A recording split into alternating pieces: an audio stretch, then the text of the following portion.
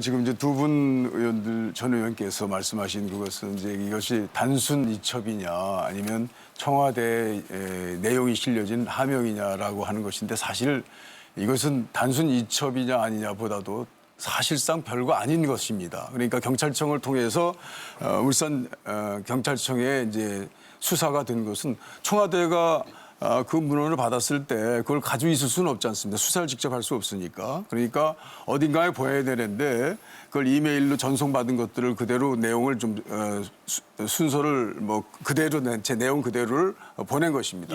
근데 그 보낸 내용들이라는 게 대부분 울산에서 그동안 있었던 토착 비리와 관련된 사건이요. 한 큰 사건 하나는 2007년부터 있었던 사건 아니겠습니까?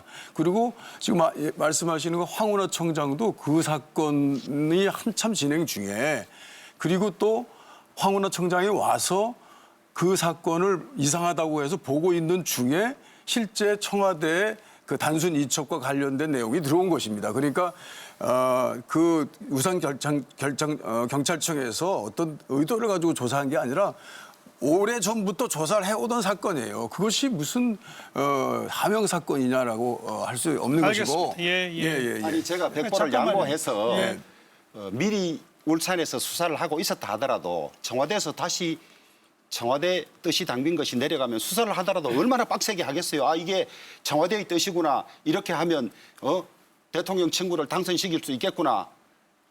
설사 양보해서 청와대가 조직적으로 먼저 제보하라 그러고 만들어서 보낸 것이 아니라 하더라도 역시 수사를 공작 차원에서 한 것은 틀림없다는 그리고 말이에요. 그 내용을 보더라도 김기현 전 시장의 형과 동생이 관련되는 거는 그 이후에 그 피해자라고 된 분이 고발을 해서 별도의 수사로서 나중에 2016년에 비로소 나오게 되는 거 아니겠습니까? 그러니까 이것은 우연의 우연으로 따진다면 알겠습니다.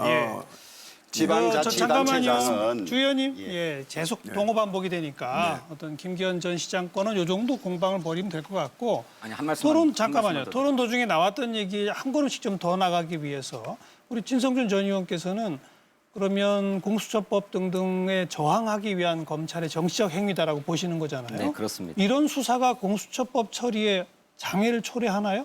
어떻게 이게 저항이 될 수 있다고 보시는지 설명해 주시고, 김용남 전 의원께서는 패스트트랙 수사나 뭐 나경원 전 원내대표 관련 수사나 왜 안 하느냐, 이 문제 제기에 대해서 한번 얘기해 보시고요. 먼저 진석준 전 의원. 그 말씀 들어가기 전에 저는 실제로 그 문건을 본 적이 없습니다만 이거는 자유한국당의 검사 출신 의원님께서 하신 말씀인데 청와대의 지시가 담겨 있는 수사 지시 문건에는 하명이라고 하는 도장이 표지에 딱 찍힌답니다. 그리고 일반적으로 이관된 거는 그렇지 않다고 해요. 이건 그런 게 아니다, 이거죠? 네, 그래서 그 경찰이 넘겨받았다고 하는 청와대의 문건, 그 지시 문건, 뭐 첩보 문건, 그거를 보면 원본을 보면 이것이 청와대 하명 수사건인지 그냥 일반 수사건인지가 그냥 입증된다고 해요. 그거는 자유한국당의 검사 출신 의원님께서 그렇게 주장하신 것이니까. 저도 그런 말씀을 했어요. 예, 등장하면 저는 해결되는 문제다 이렇게 네. 생각하고요. 공수처에 대한 공수처에 대한 저항이다. 저항은 말씀드린 것처럼 이렇게 청와대가 무슨 야당 인사에 대해서는 엄격하게 수사를 하려고 하고 이른바 공작이라고까지 얘기될 정도로 또 자기 편 인사에 대해서는 봐주기 감찰을 했다고 하고 이런 식이라면 공수처를 설치하려고 하는 이유도 결국 대통령이 임명하는 공수처장을 통해서 고위공직자에 대한 선별적 수사, 선택적 수사를 하려고 하는 게 아니냐. 자기 편 봐주기식으로. 그렇습니다. 그런 의구심을 불러일으키기 위한 것이죠.